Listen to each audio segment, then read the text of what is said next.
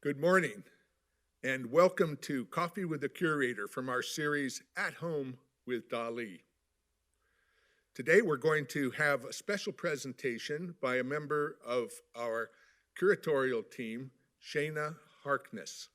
This is a very special day. It's the day of our reopening here at the Dalí Museum to the public, 11 to 6, Wednesday through Sunday, with special hours for seniors Wednesday and Thursday, 10 to 11. We're very grateful to our sponsor, the City of St. Petersburg, for this series, and of course, as always, to our members who make all that we do at the Dalí possible. So now I'm very happy to present Shaina Harkness.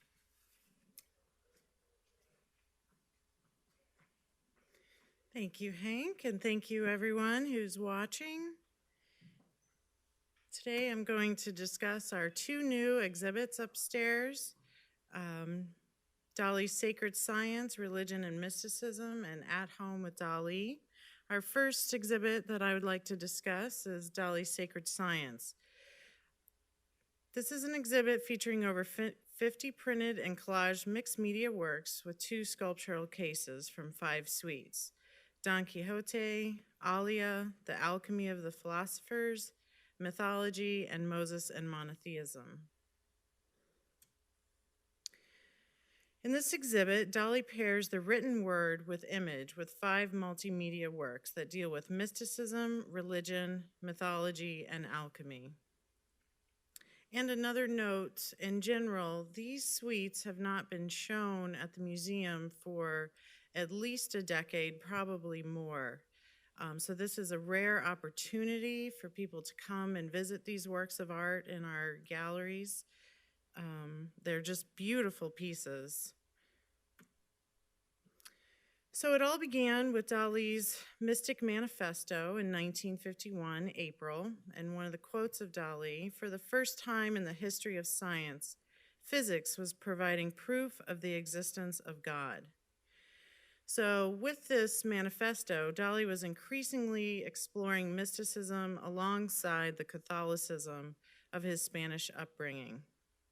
So during this post-war period, he had returned back from the United States. He's living back in Spain. He turned his mind to the scientific and the spiritual, which were one and the same to him.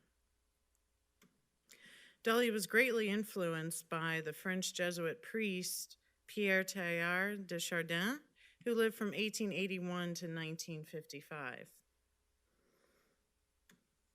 Now, Dalí's definition of mysticism is an overarching definition. My mysticism is not only religious, but also nuclear, hallucinatory, the mysticism of Gothic cubes, the mysticism of gold, the mysticism of the railway station of the Perpignan, and the mysticism of soft watches. So we're going to begin this journey of Dalí's Sacred Science with the Don Quixote suite. This was printed in 1957. The publisher was Joseph Fauré. It includes 12 prints alongside the text of Don Quixote. Now, around the same time, Dalí was painting the Infanta and the Discovery of America by Christopher Columbus, and he had been home for over a decade at this point. And Dalí was no stranger to Cervantes' Don Quixote, and I have talked about this in a prior Coffee with a Curator. Dalí did many renditions of illustrations for Don Quixote. And if everyone, Don Quixote, it was written in 1605 by Cervantes, and it's a novel about an aged man who is caught up in reading these chivalric romances. So he embarks upon this journey of medieval times, even though he is living in a modern society where rationality and science were dawning. So true to scientific dawning, Dalí chose to employ experimental methods in the making of these prints. And here is a pamphlet that was sold by Joseph Fauré. It included the 13th print, which we will get to later, It's called the Histoire du Grand Livre, Don Quixote. So this pamphlet includes several pictures of Dalí in the process making this suite.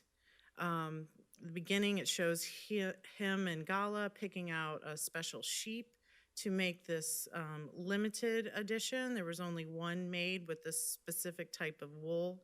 And this pamphlet continues through the entire suite of Don Quixote. And this is one of Dalí's quotes within this pamphlet. At that time, I was against lithographic art for aesthetic, moral, and philosophical reasons. To me, it was just a liberal, bureaucratic, and soft process. However, the perseverance of Joseph Fauré, who constantly brought me stones, exasperated my anti-lithographic willpower. At that moment, an angelic idea blossomed in my Dalínian mind. Had not the brilliant architect Gaudí already said, "Angels put things together in unplanned ways."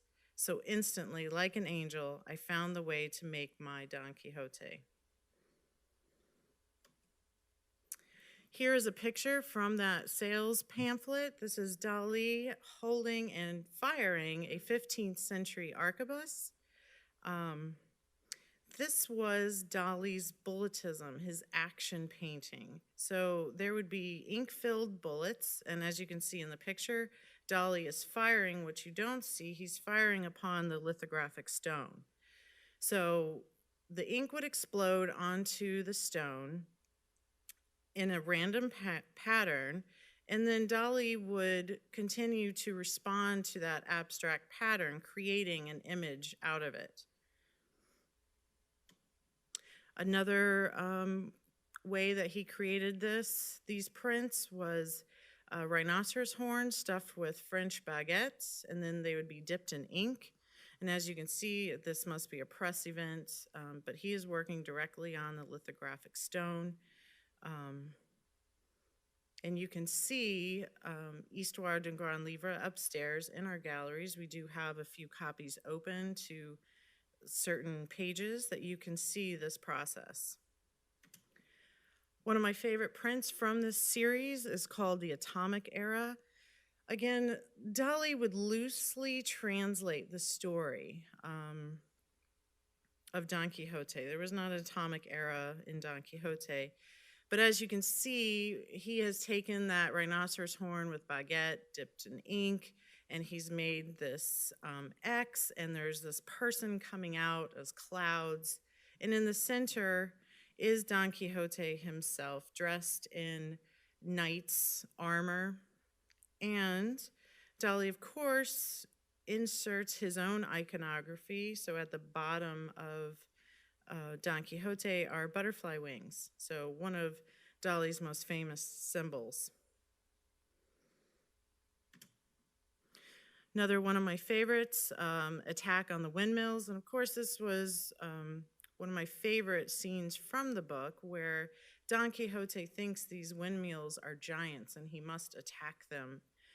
So Dalí again takes the rhino horns and he makes this abstract pattern, and he makes it a windmill. And you can see Don Quixote and his partner Sancho Panza with the sword up attacking those windmills. And of course, if you know how the story goes, Don Quixote, at the end of this battle, quote unquote battle, he sees them and that they are truly windmills, and then he just chalks it up to they have been enchanted to look like windmills. Another example from this series is Don Quixote Overwhelmed. Again, he starts with that abstract pattern and he creates an image around it. So this swirl of paints creates the backbone of Don Quixote, who's just overwhelmed with grief. You can also see some of Dalí's famous symbols, the butterfly, the man kneeling, which if you see in our own collection, myself as a grasshopper child and Ghost of Vermeer, you see this same figure with the knee bent.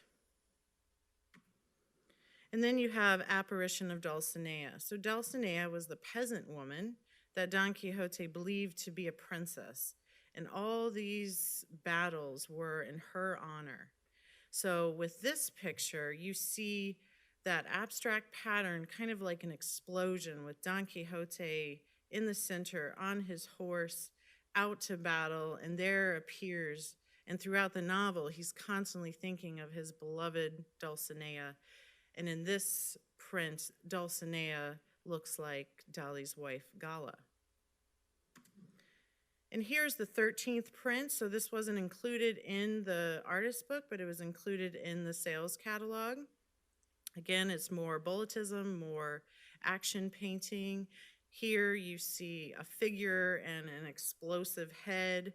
Dalí does make this suite much more violent than the actual book, but it's interesting for the viewer, to say the least. And in this one, you see he has decided to paint a windmill as a windmill. Now, the next suite that you'll see upstairs in our galleries is the Mythology suite. And this was not printed all at once in a portfolio. It was from 1960 to 1964. Every year, another print or two would come out. And then finally, in 1964, there would be a total of 16 prints. Here is the print entitled Jupiter.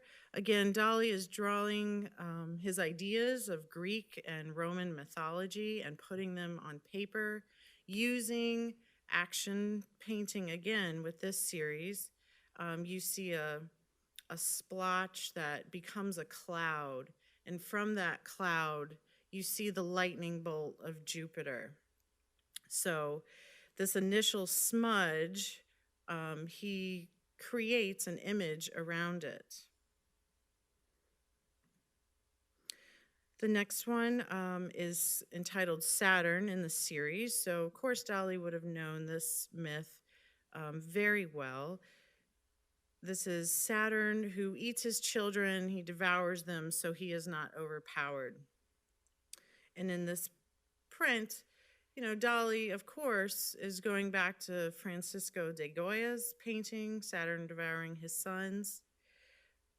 But you see in Dalí's version, you have a William Tell figure, that father figure consuming, trying to kill his son, and with Dalí's iconic drawer coming out from the head. So even though Dalí's interpreting mythology, he's adding his own twist. Here is a story of Theseus and the Minotaur. Again, you have this abstract swirl, but it's the labyrinth of which the Minotaur lives. Our next suite deals with religion, and this is the Alia suite. It came out in 1968, and we are displaying 8 prints out of the 25. This was published by Shorewood Press. Dalí was commissioned by publisher Samuel Shore to do a series of 25 paintings depicting the rebirth of Israel and the renewal of the Jewish people spanning 2,000 years. Aliyah in Hebrew means to ascend, making the Jewish Aliyah by migration to the land of Israel an act of ascension, both geographically and metaphysically. And of course, in this print, you see the iconic Star of David, which is on the flag of Israel. And each set of this series was accompanied by a letter from David Ben-Gurion, the founder and the first prime minister of the state of Israel. The series was completed in time for the celebration of Israeli Independence Day on April 3rd, 1968. And in fact, it was the 20th anniversary of the state of Israel. So here Dalí depicts that moment in history with Ben-Gurion standing there, creating the state of Israel. Here, the title is Let Them Have Dominion. Now, the title itself comes from the biblical quotation, and it comes from the story of the creation of the world, in which is the moment when God gives humans dominion over all creation. Now, Dalí adds his own twist. This comes from a painting that he completed in 1967, Tuna Fishing. So he's incorporating that image in with this image as well as people having dominion over the earth. One of the most beautiful prints in this series, I believe, this is called the Orahora. So we have the menorah, which means lamp, and then Ora actually means light, and Hora is a Israeli folk dance. And if you look below the menorah at the stand, you see this dance taking place. So, and this dance is done on Israeli Independence Day as well as other national festivals. The next suite that you will see upstairs is Moses and Monotheism, made in 1975, 10 prints.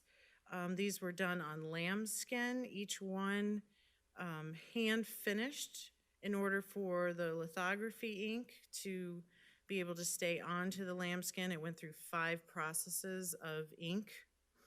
And then Dalí etched the copper plate to make the images that you'll see later. But this one is accompanied with its sculptural case, its book cover, and this is made out of tin. It's a bas relief, and this is a famous sculpture by Michelangelo. Here we see circa 1513, 1515. So Dalí has recreated that image and, of course, put his own spin on it. He has the eye above Moses. It's just a beautiful case, and you can see that upstairs as well. Now, this is a very interesting text. Freud wrote Moses and Monotheism in 1939. So this is psychoanalysis applied to history. And at this point, Dalí had met Freud in London in 1939. Dalí, of course, had been well aware of Freud for many years. He was intrigued by the theories of Freud. So he took Moses and Monotheism and created this artist book. Now, this book is Freud's depiction of the creation of Judaism. And he got some of the ideas from a friend, a colleague who had gone to Egypt, had come up with some archaeological evidence in the late 1800s. It was still being analyzed at the time, but it was evidence in relation to the god Aten of Egyptian history. So what Freud does in this account, he concludes that Moses was born into ancient Egyptian nobility and was probably the follower of Akhenaten, an ancient Egyptian monotheist.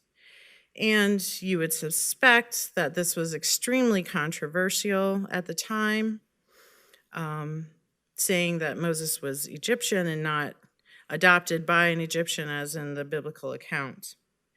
So Freud reinterprets Moses and the history of Judaism, and then Dalí creates images to go alongside. So here you see the beautiful ink of the lithography, and in the center is where the copper plate would have been with Dalí's etching. This one's entitled Moses and Akhenaten. So according to Freud, Moses was a follower of Akhenaten who worshipped Aten. Moses brought his group of believers out of Egypt because they didn't want to worship one God. As being an Egyptian people, they were used to polytheism. So they fled. They ended up killing Moses. And then later on, their guilt, the people's guilt, and then they ran into another tribe who was worshiping a god named Yahweh. So Freud has melded this together, and this is his interpretation of the birth of Judaism. And of course, here you still see Dalínian symbols. You have the crutches, but you also see Egyptian symbols up at the top center. Here's a beautiful print, the tablets of the law. So you have the 10 commandments, but Dalí's version is dripping, they're soft, they're melting, holding up by crutches. You see bishops and clerics. So all this iconography, the elephant with the long legs. And then you have the title, The Sea Parted by Jehovah, which we would assume would be Dali's handprints. This is the story of the the Israelites fleeing Egypt when the Red Sea was parted. And our last suite that is upstairs, it is The Alchemy of the Philosophers. Now, this is the last of the suites included in this exhibit to be published. It is printed on parchment, and just like Moses, it was hand finished to allow the 5 processes of ink before the copper plate. The dry point etchings were engraved by Dalí right onto the copper plate. So 10 images on parchment made with ink and jewels. So there are precious and semi-precious jewels embedded into the prints. Here on the cover of the book, which is absent from our collection, is the wheel originally designed to be on the alchemy. Now, this is a movable wheel that contained mercury. This idea was conceived from Catalan's philosopher Ramon Llull, the theory of combinative wheels, and I won't get into that, but you can see that Dalí is drawing from Llull's writings, and he's incorporating it into his artist book. The case itself is beautiful. The slip cases slip into the left with the text, and on the right, the images were placed. And over the centuries, alchemy became more of a symbolic process as opposed to real science. You know, it was turning metals into gold or silver. So later it transpired into combining with mysticism to materialize spiritual truths. And in this book, it has writings from the 3rd to the 17th century with 6 realms of alchemy: Chinese, Indian, Greek, Arabic, Hebraic, and Western. And on this first one, it's entitled Immortality. Now, the copper plate is cut into a shape of a precious stone, and this is called the pendula cut of a diamond. And in the center is the philosopher's stone of alchemy, which embodies the concept of androgyny or the double being. And here, this androgynous figure looks like Gala. It's the image of Gala. But here, Dalí illustrates this double entity with a portrait of an anonymous face, though who is clearly recognized as his wife and muse Gala. Her face is shown as the spiral, the symbol of totality. This androgynous figure had been present in Dalí's work since the 30s. Next is the Ouroboros. This copper plate was cut into a circular diamond shape. This is the story of the ancient symbol depicting a serpent or dragon eating its own tail. Originating in ancient Egyptian iconography, the Ouroboros entered Western tradition via Greek magical tradition. So delineating symbols loosely approximates some ideas that relate to his work, along with concepts of alchemy. So we have the beans in the middle, Dalí's beans that represent yin and yang. You have the father-son figure into the copper plate in the middle. And here is Dalí's version of yin and yang. It's a beautiful, colorful piece. This one's entitled The Alchemist's Dream. This is reference to Hermes, the god of alchemy, whose staff is entwined by 2 serpents. You can also see that this is the DNA molecule. So Dalí is fusing alchemy and science together in these prints. And we have Hermes in the upper right-hand corner as the onlooker. And next is the emerald table. And this one, when you go and see it, if you can get as close as the guards will allow you, you can see the semi-precious stone in the belly button of the figure of the woman in the emerald cut copper plate. So that concludes the exhibition about our print suites on mysticism, religion, science. And our other exhibit is located in the Whitner Gallery of the James Gallery. This is a beautiful series of 41 photographs by different photographers. We've entitled it At Home with Dalí. Photographers Robert Descharnes, Horst, Melitó Casals, Ricardo Sans, and Wiegman. So unlike the photographs that you see Dalí being the performer, this is a more intimate, personal view of Dalí in and around the Costa Brava, a lot of them also taking place in his home. Just beautiful depictions of just Dalí and Gala living their life. Here is a painting by Wiegman.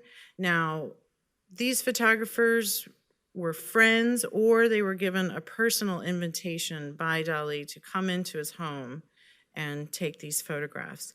Here, Dalí's painting with his maul stick, probably just finishing up some details. As you can see, the painting is pretty much complete. The next one, now Ricardo Sans was a very good friend of Dalí, and here he is in his fireplace. This is in 1950, so Dalí and Gala would have returned from the United States. They're renovating their Port Legat home, they're adding additions, and here's a candid depiction of Dalí in this renovation. And here's a beautiful photograph by Horst. You have Dalí and Gala, probably on the Costa Brava, enjoying the seaside, but in a personal and intimate way, not Dalí performing. Another one by Melitó. Melitó was also a very good friend of Dalí, and here Dalí is posing with a camera. Now, this is one of the mediums that Dalí did not use for artwork, but here he is posing, probably with Melitó's camera. And one of Robert Descharnes' photos of Dalí and Gala on a boat trip in 1959, where Robert and his wife would visit, and they were friends with the Dalís, and so he created the series of photographs from the 50s to the early 60s. So that concludes our talk about our two new exhibits. And thank you for joining us today. And looks like we have a question. How did Dalí get interested in alchemy? Dalí was an avid reader. He was, like I said in the beginning, he read from Pierre Chardin, who was a mystic who read alchemy text, and also Ramon Lull. So he was reading all these other philosophers. So he also became interested in alchemy, reading these 3rd through 17th century texts. Okay, thank you so much for joining us.